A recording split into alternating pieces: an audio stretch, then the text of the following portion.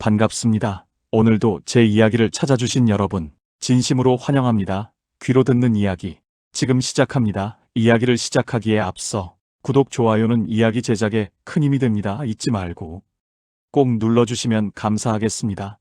저는 강남의 한적한 골목에서 VIP들만을 대상으로 비밀스러운 의원을 운영했던 중년의 의사입니다. 오늘 제가 들려드릴 이야기는 제 화려했던 경력을 끝장내고 저를 평생의 죄책감 속에 가둔, 그리고 아마도 여러분에게는 등골이 서늘해질 경고가 될 실화입니다. 의사라는 직업은 사람의 생명을 다루는 숭고한 일이라 배우지만 현실에서의 저는 그저 환자들의 비뚤어진 욕망을 채워주며 돈을 긁어 모으던 장사꾼에 불과했습니다. 제 병원 3층에는 간판도 없는 밀실이 하나 있었습니다. 그곳은 오직 사회 최상류층만이 드나들 수 있는 공간이었죠. 그들이 원하는 것은 성형도 건강검진도 아니었습니다. 바로 제가 독자적으로 개발했다고 속인 일명 천국의 주사 때문이었습니다. 그 주사는 사실 강력한 환각 성분과 신경 안정제를 정교하게 배합한 불법 약물이었습니다. 환자들은 그 약 기운을 빌려 잊고 싶은 현실을 지우고 자신이 가장 원했던 시절의 꿈을 꿨습니다. 저는 그들의 비밀스러운 욕구를 통제하며 그들이 저를 신처럼 떠받들게 만드는 그 권력에 취해 있었습니다. 돈은 산더미처럼 쌓였고 저는 제가 이 세상의 법 위에 있다고 착각했습니다. 그러던 어느 날이었습니다. 제 병원의 가장 큰 후원자이자 정재계의 거물인 한 사모님이 저를 찾아왔습니다. 그녀는 젊음에 미쳐 있었습니다. 이미 수십 번의 수술로 얼굴은 무너져가고 있었지만 그녀의 욕망은 끝이 없었죠. 그날따라 그녀는 평소보다 더 강력한 쾌락을 원했습니다. 선생님, 저를 다시 20살의 그날로 보내주세요. 모든 남자가 나를 우러러보던 그 찬란했던 순간으로요. 돈은 얼마든지 드릴 테니 제발 저를 그 꿈속에 영원히 가둬주세요. 그녀의 눈빛은 이미 정상이 아니었습니다. 하지만 저는 그녀의 제안을 거절할 수 없었습니다. 아니, 거절하고 싶지 않았습니다. 그녀가 내미는 백지 수표가 제 눈을 멀게 했거든요. 저는 해서는 안 될 선택을 하고 말았습니다. 평소 용량의 3배가 넘는 약물을 준비했습니다. 그건 의학적으로 명백한 자살 행위나 다름없었지만 저는 제 실력을 과신했습니다. 주삿바늘이 그녀의 하얀 팔뚝을 파고드는 순간 저는 보았습니다. 그녀의 눈동자가 뒤로 넘어가며 입가에 번지던 기괴한 미소를요. 그녀는 제가 설계한 가짜 낙원으로 떠났습니다. 하지만 그게 비극의 시작이었습니다. 시술을 시작한 지 10분쯤 지났을까요? 갑자기 기계음이 요란하게 울리기 시작했습니다. 그녀의 심박수가 급격히 떨어지더니 산소포화도 수치가 곤두박질 쳤습니다. 저는 당황했습니다. 응급처치를 하려 했지만 제 손은 바들바들 떨렸습니다. 밀실이라는 특성상 간호사도 부를 수 없었습니다. 오직 저와 그녀, 단둘뿐인 공간에서 저는 그녀의 생명이 꺼져가는 것을 지켜봐야만 했습니다. 겨우 정신을 차리고 심폐소생술을 시도했지만 이미 늦었습니다. 그녀의 몸은 싸늘하게 식어갔습니다. 그런데 그때였습니다. 죽은 줄 알았던 그녀가 갑자기 눈을 번쩍 떴습니다. 아니, 그것은 사람의 눈이 아니었습니다. 검은 눈동자가 사라진 채 오직 흰자 위만이 저를 응시하고 있었습니다. 그녀가 제 손목을 부러뜨릴 듯이 꽉 쥐었습니다. 그리고는 20살 청춘의 목소리가 아닌 마치 지옥에서 올라온 듯한 거친 쇠소리로 제 이름을 불렀습니다. 내가 나를 죽였어. 내가 내 영혼을 팔아서 이 돈을 모았지? 저는 비명을 지르며 뒤로 넘어졌습니다. 환각이었을까요? 아니면 그녀의 마지막 발악이었을까요? 저는 공포에 질려 그녀를 방치한 채 병원을 도망쳐 나왔습니다. 그날 밤 제 병원에는 원인 모를 불이 났고 모든 증거와 함께 그녀의 시신도 잿더미가 되었습니다. 경찰은 전기 누전으로 인한 단순 사고사로 결론지었습니다. 하지만 사람의 눈은 속여도 하늘의 눈은 속일 수 없나 봅니다. 그날 이후 저는 단 하루도 잠을 자지 못합니다. 눈을 감기만 하면 그 하얀 밀실에서 그녀가 제 손목을 쥐고 속삭이는 소리가 들리거든요. 선생님, 이제 당신이 낙원으로 올 차례예요.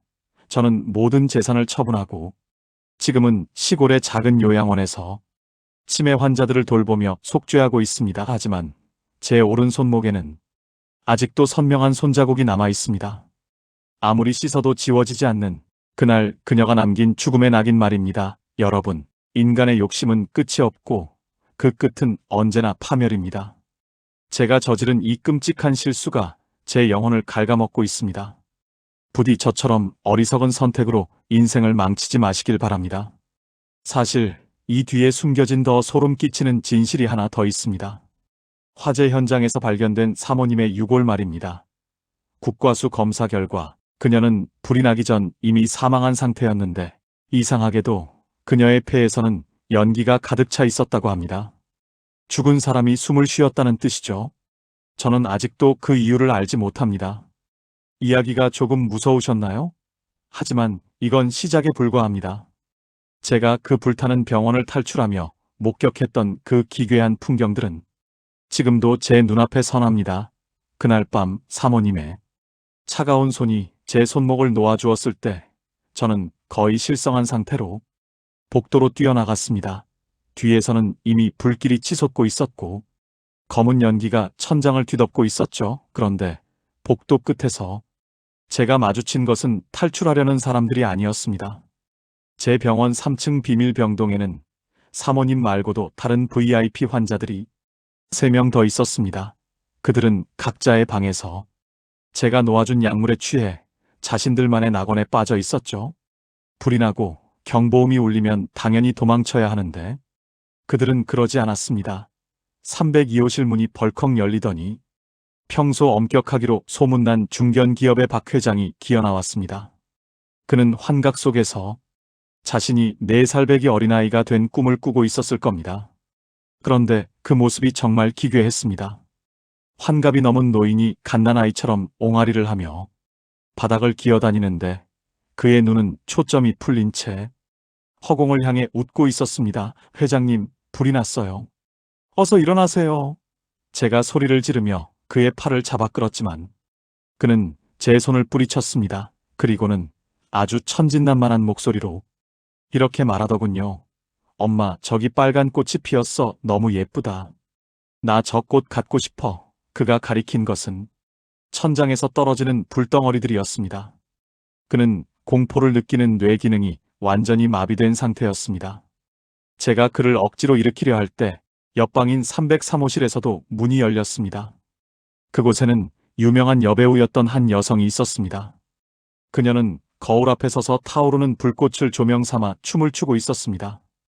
불길이 그녀의 옷자락에 옮겨 붙는데도 그녀는 고통을 느끼지 못하는 것 같았습니다. 오히려 더 환하게 웃으며 우아한 손짓으로 허공을 휘저었습니다. 오늘 무대는 정말 환상적이네. 관객들의 박수 소리가 들려요. 선생님, 그녀의 살점이 타들어가는 냄새가 진동했지만 그녀의 표정은 그 어느 때보다 행복해 보였습니다. 저는 그때 깨달았습니다. 제가 만든 그 약이 인간의 영혼을 얼마나 철저하게 파괴했는지를요. 그들은 육체가 타들어가는 고통보다 제가 심어준 가짜 쾌락에 더 깊이 중독되어 있었습니다. 저는 그들을 버려두고 도망쳤습니다. 예, 저는 비겁한 살인자입니다. 제 목숨 하나 살리겠다고 그 가련한 영혼들을 지옥 같은 불길 속에 방치했습니다. 비상계단을 내려오는데 자꾸만 뒤에서 아이의 웃음소리와 여자의 노랫소리가 들리는 것 같아 귀를 막고 뛰었습니다. 겨우 1층 로비에 도착했을 때 저는 그대로 주저앉고 말았습니다. 정문 앞에는 검은 양복을 입은 사내들이 길을 막고 서 있었습니다. 그들은 제가 모시던 VIP들의 뒤처리를 담당하는 일명 해결사들이었습니다. 원장님, 혼자 나오시면 안 되죠. 뒷정리는 확실히 하셔야죠. 그들의 눈빛은 불길보다 더 차가웠습니다. 그들은 병원 안에 누가 남아있는지, 어떤 일이 벌어지고 있는지 이미 다 알고 있는 눈치였습니다. 그들에게 중요한 건 사람의 생명이 아니라 자신들의 주인이 저지른 추문이 밖으로 새 나가지 않는 것이었습니다. 그들은 저를 강제로 차에 태웠습니다. 병원이 무너져 내리는 모습을 백미러로 보며 저는 정신을 잃었습니다. 눈을 떴을 때는 이미 낯선 지하실이었고 제 앞에는 서류 뭉치가 놓여 있었습니다. 병원의 모든 화재 원인을 제 과실로 돌리고 사망자들의 시신은 연고가 없는 것으로 처리하겠다는 내용의 합의서였습니다. 저는 살기 위해 서명했습니다. 그 대가로 저는 감옥 대신 이 외딴 시골로 유배되었습니다. 세상 사람들은 제가 해외로 도피한 줄 알지만 저는 사실 이 거대한 비밀을 지키기 위한 창살 없는 감옥에 갇힌 셈입니다. 그런데 말입니다. 정말 무서운 건 그 뒤부터였습니다. 제가 이곳 요양원에서 돌보는 치매 환자들 중에 가끔 그날의 환자들과 똑같은 말을 하는 분들이 나타나기 시작했습니다. 선생님, 저기 빨간 꽃이 피었어요. 어느 날 밤 한 할아버지가 제 옷자락을 붙잡으며 박 회장과 똑같은 말을 했을 때 저는 심장이 멎는 줄 알았습니다. 그분은 제 병원에 온 적도 없는 분인데 어떻게 그런 말을 할 수 있을까요? 그리고 제가 잠든 방의 창문에는 매일 밤 누군가 손바닥 자국을 남기고 갑니다. 안쪽이 아니라 바깥쪽에서요. 여기는 4층인데 말이죠. 아침에 일어나 그 자국을 닦아내다 보면 제 손목의 흉터가 불에 댄 듯 뜨거워집니다. 마치 그들이 저를 잊지 않았다고, 곧 데리러 오겠다고 신호를 보내는 것 같습니다. 저는 이제 압니다. 제가 제공했던 그 비밀 시술은 환자들의 욕망을 풀어준 게 아니라 제 영혼을 악마에게 팔아넘긴 계약이었다는 것을요. 제가 이 요양원의 지하 창고에서 발견한 낡은 의료 기록부에는 제 이름이 원장이 아닌 환자로 기록되어 있었습니다. 제가 이곳에 온 날짜가 병원 화재 사건 훨씬 이전으로 되어 있더군요. 이게 대체 어떻게 된 일일까요? 제가 정말 의사였기는 한 걸까요? 아니면 이 모든 게 저의 일그러진 환각일까요? 손이 떨려서 기록부의 다음 장을 넘기기가 무서웠습니다. 먼지 냄새와 곰팡이 냄새가 진동하는 이 지하실에서 저는 제 인생 전체가 부정당하는 기분을 느꼈습니다. 기록부 속의 사진은 분명 저였습니다.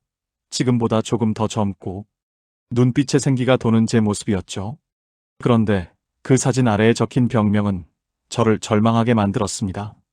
해리성 정체감 장애 그리고 심각한 약물 중독에 의한 망상 증세. 저는 떨리는 손으로 그 다음 장을 계속 넘겼습니다. 거기에는 제가 아까 말씀드린 그 사모님과 박 회장, 그리고 여배우의 이름도 적혀 있었습니다. 하지만 그들은 제 환자가 아니었습니다. 저와 같은 시기에 이 요양원에 입원했던 동료 환자들이었습니다. 기록에 따르면 사모님은 거울을 보며 젊음에 집착하던 중증 우울증 환자였고 박 회장은 알츠하이머로 인해 자신을 어린아이라고 믿던 노인이었습니다. 그럼 제가 기억하는 그 화려한 병원과 비밀스러운 시술은 대체 무엇이었을까요?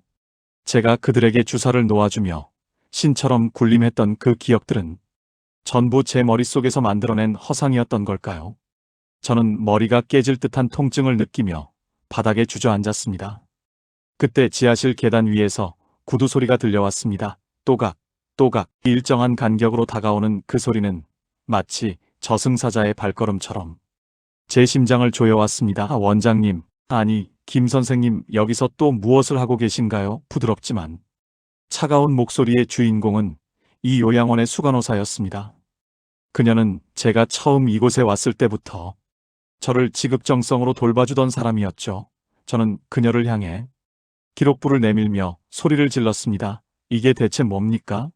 내가 왜 환자로 기록되어 있는 거죠? 내가 의사였다는 건, 그 비밀 시술을 했던 건 다 어디로 간 겁니까? 수간호사는 천천히 제 곁으로 다가와 무릎을 굽히고 앉았습니다. 그녀의 눈에는 저를 향한 깊은 연민이 담겨 있었습니다. 그녀가 제 손목의 흉터를 가만히 쓰다듬으며 말했습니다. 선생님, 사실 선생님은 의사였던 적이 없습니다. 선생님은 그저 의학 드라마를 너무나 좋아했던 작가 지망생이었어요. 하지만 현실의 벽에 부딪혀 좌절했고 결국 스스로 만든 약물에 취해 자신이 창조한 이야기 속으로 숨어버린 겁니다. 그녀의 말은 날카로운 칼날이 되어 제 가슴을 후벼 팠습니다.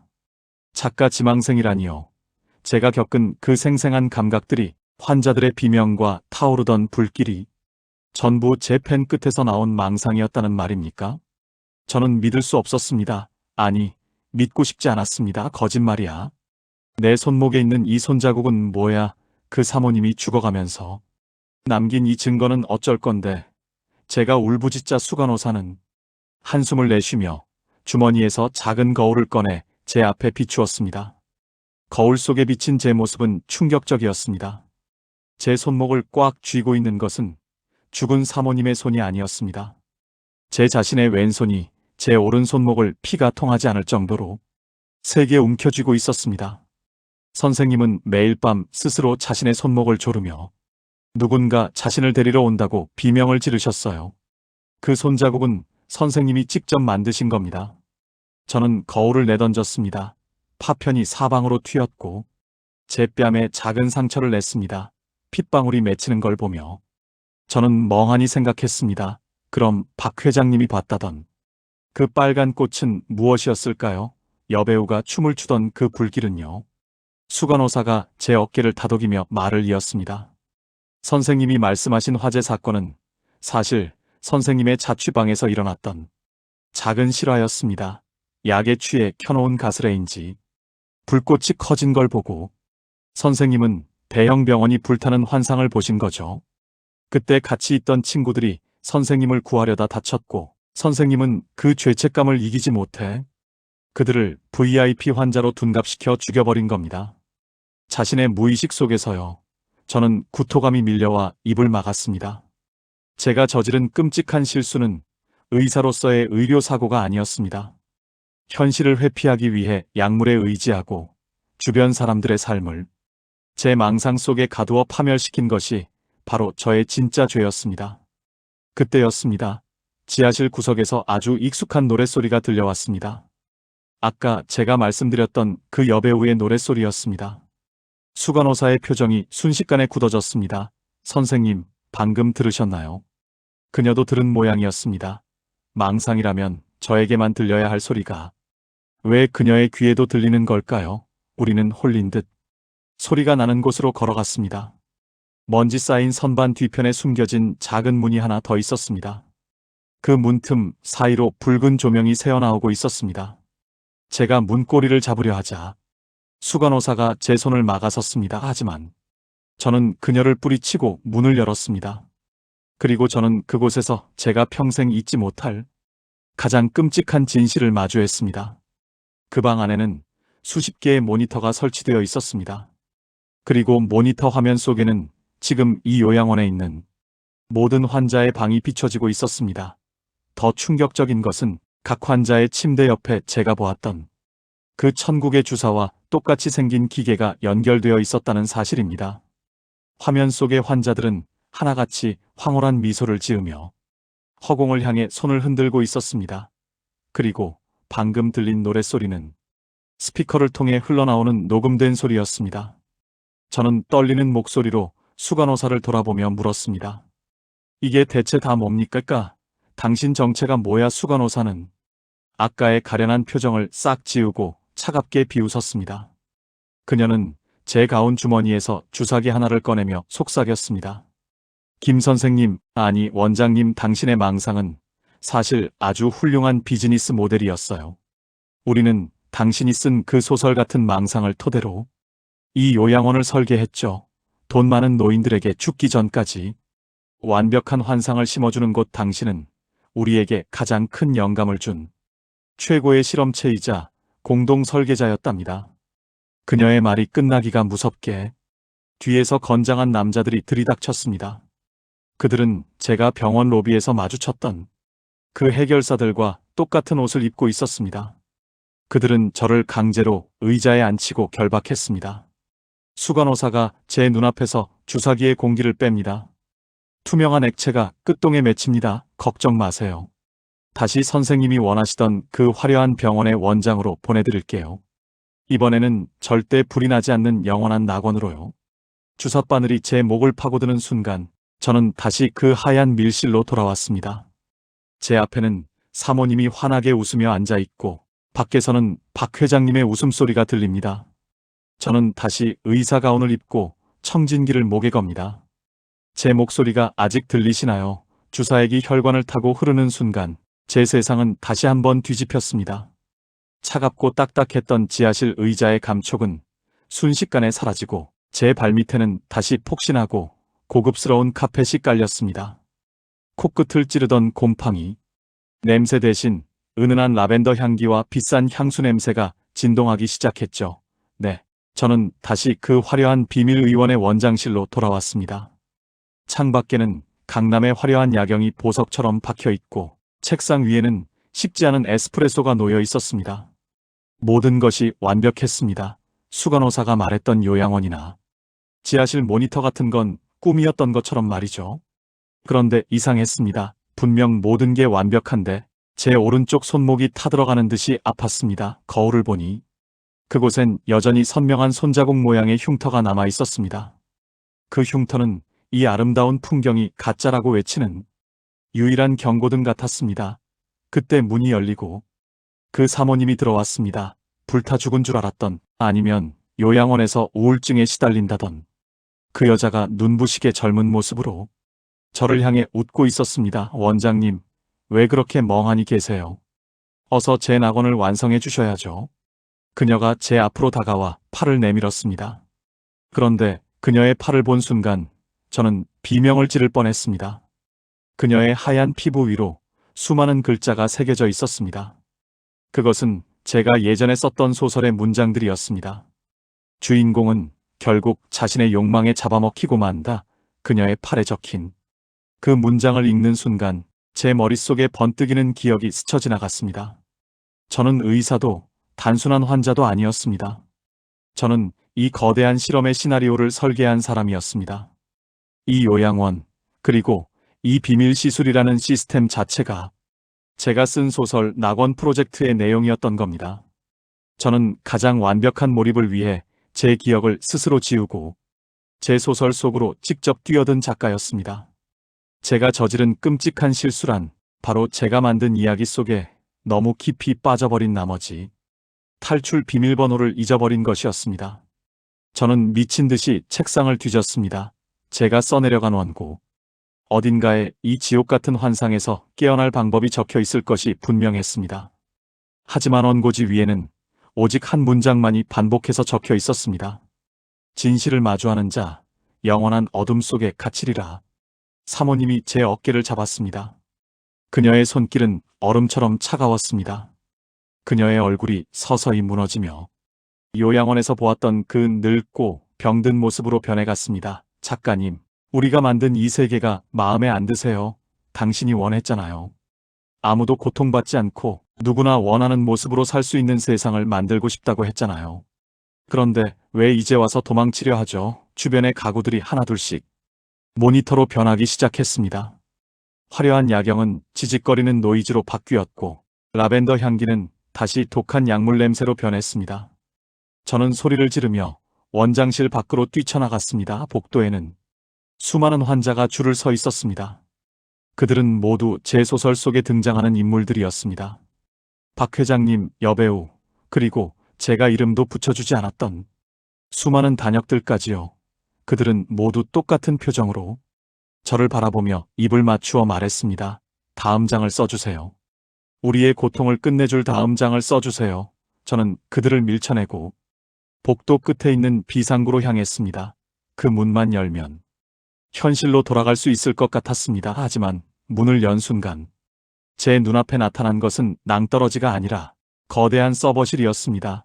수만 개의 전선이 엉켜있는 그곳 중앙에 한 남자가 앉아 있었습니다. 그는 저와 똑같은 얼굴을 하고 있었습니다. 아니, 그는 진짜 저였습니다. 휠체어에 앉아 온몸에 기계를 꽂은 채 초점 없는 눈으로 허공을 응시하고 있는 노인이 바로 진짜 저의 모습이었습니다. 저는 그 노인에게 다가갔습니다. 노인의 손에는 낡은 만년필 한 자루가 쥐어져 있었습니다. 노인은 떨리는 손으로 허공에 글자를 쓰고 있었습니다. 나는 의사다.